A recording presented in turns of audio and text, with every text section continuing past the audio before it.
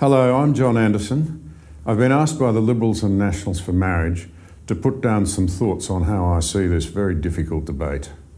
In many ways, I'm a bit reluctant to do so. I had my 19 years in the Parliament, and I am very conscious that this is a very difficult debate, and indeed I'm pretty concerned about the level of invective that's thrown around, especially if you want to stand up for traditional marriage or even ask questions about what might be coming. But I think it's such an important issue that I do want to say a few things. The first is this: we ought to base all of our debating around the central concept of respect for others.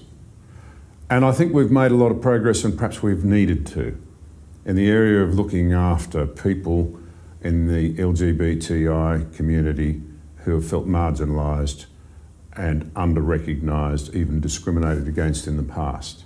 On a bipartisan basis, some 80 pieces of legislation were passed a few years ago to end all of the sort of discrimination at law. I think we all acknowledge now that all of that is gone.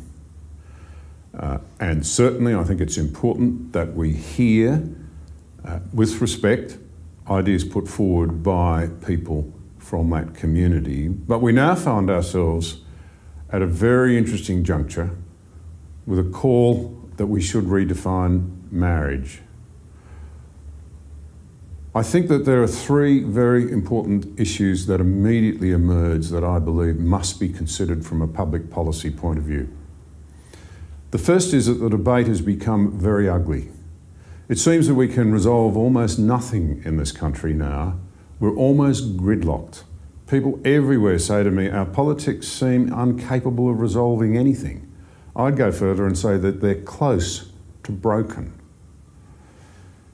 And they're broken for two reasons, I think. One is that we divide on just about everything. We seem unable to find our collective voice as Australians and agree on what unites us. We focus so much on what divides us. And as a subset of that, we've thrown away all the rules of debate. The great golden rule, ever since the Enlightenment, in our society and in societies like ours, has been this: I may disagree with you, but I'll defend to the death your right to say it. The new rules of debating seem to be quite different. They are, if you disagree with me, I will describe you as a hater and fight to the death your right to have your say at all. Even to the point of saying, don't ask questions. If they're heresy, we'll label them hate speech. This is really concerning. It's silencing people. It is shutting down free speech. Free speech is actually the key freedom by which we defend all other freedoms. You'll never get good public policy if you don't have free speech. You'll never get good public policy and find your way through any mess if people are silenced and there's no quality debate. Good policy depends on good debate. But what have we seen in recent times? The truth is that we've seen people with power and influence say that no, the promised plebiscite that went through an election campaign, was tested by the Australian people, won't happen. Not only that, there'll be no publicly funded yes and no case. You can't have it because a great section of you out there in the Australian population can't be trusted to speak with civility and decency. You'll spew forth homophobia and hate speech and bigotry. I think that is a terrible thing to say to a very large proportion of the Australian population that are not convinced that they should overturn or vote for and support overturning the traditional view of marriage. I really do. But it's worse than that. It's much worse than that. Because ignoring the rule of law, where we all have a right to have a say, what many of those people with power and of influence have actually done is to go on and advocate their side. So they say to one side, you can't put yours up, you can't even ask questions, but we're going to advocate our side, our perspective, for all we're worth. And so we've actually seen some really nasty attacks, not only on freedom of speech, but the normal association that we have, the right to come together, to associate with other people, freedom of association, with whom we want, when we want, where we want, provided only that we're not engaging in criminal activities. And then when people have engaged in outrageous attacks on freedom of speech and association and in the game of smearing others, instead of calling it out, many of our leaders have failed to do so. They have failed to defend the most basic of all of our freedoms, to set the tone for this debate, to insist on better. The next issue I want to come to is this.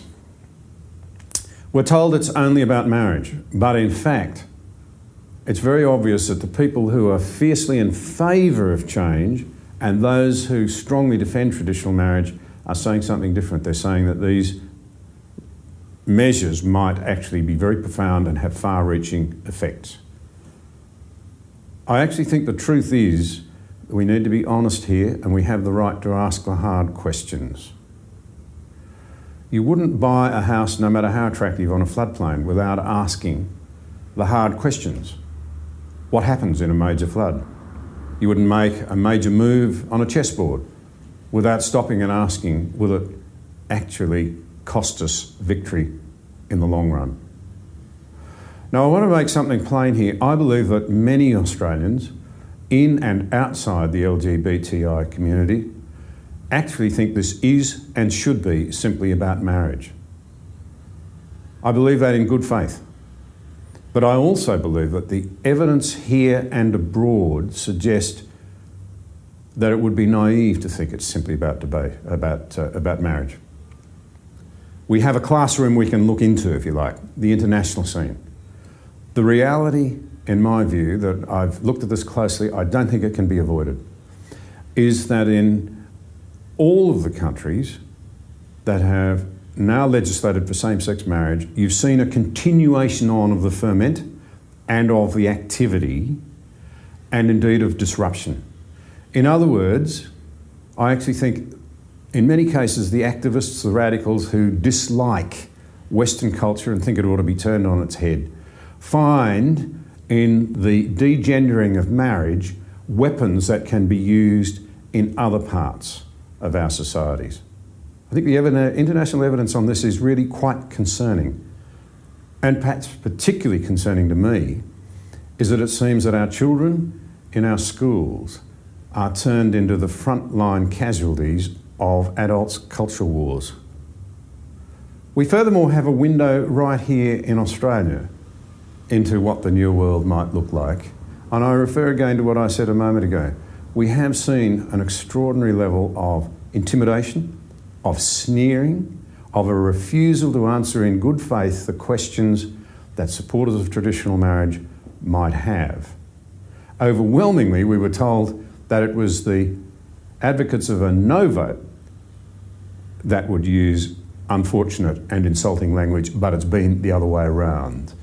We've seen everything from publishers refusing to print books to the advertising industry saying that they would refuse to cooperate with one side of the debate, to people being forced off charitable boards because those boards are inclined to support a traditional view of marriage. That's a very short step away from authoritarianism, which is not something Australians really want to play with. So the third point I want to make is this one. What protections might there be against unintended consequences? I note with relief, really, that many senior figures, including the Prime Minister, have now acknowledged that there are shifts in freedoms and rights associated with this idea that will need to be addressed. But several questions arise, and they're tough questions.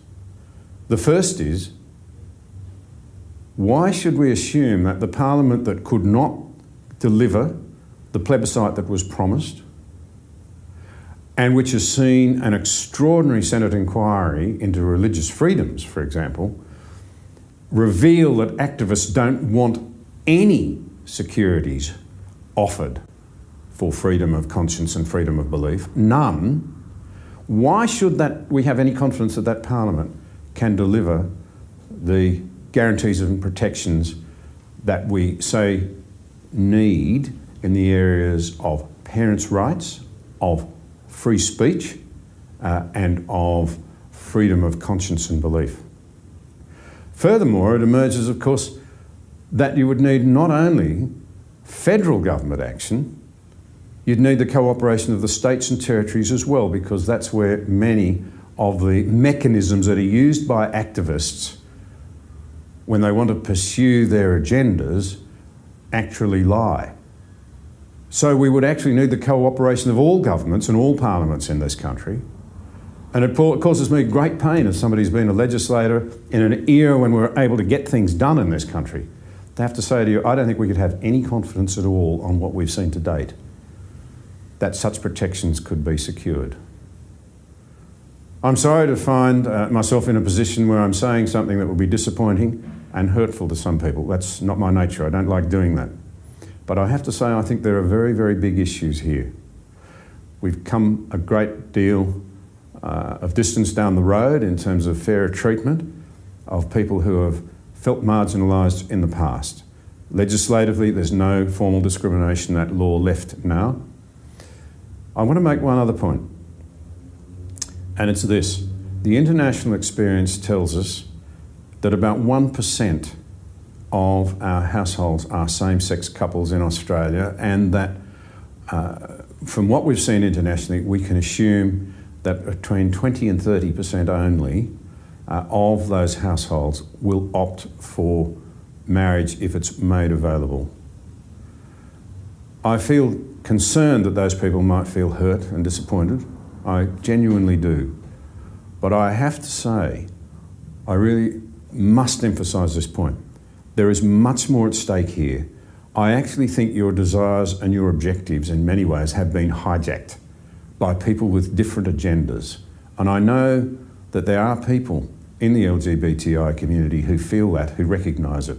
The international experience suggests that we should be very concerned about it.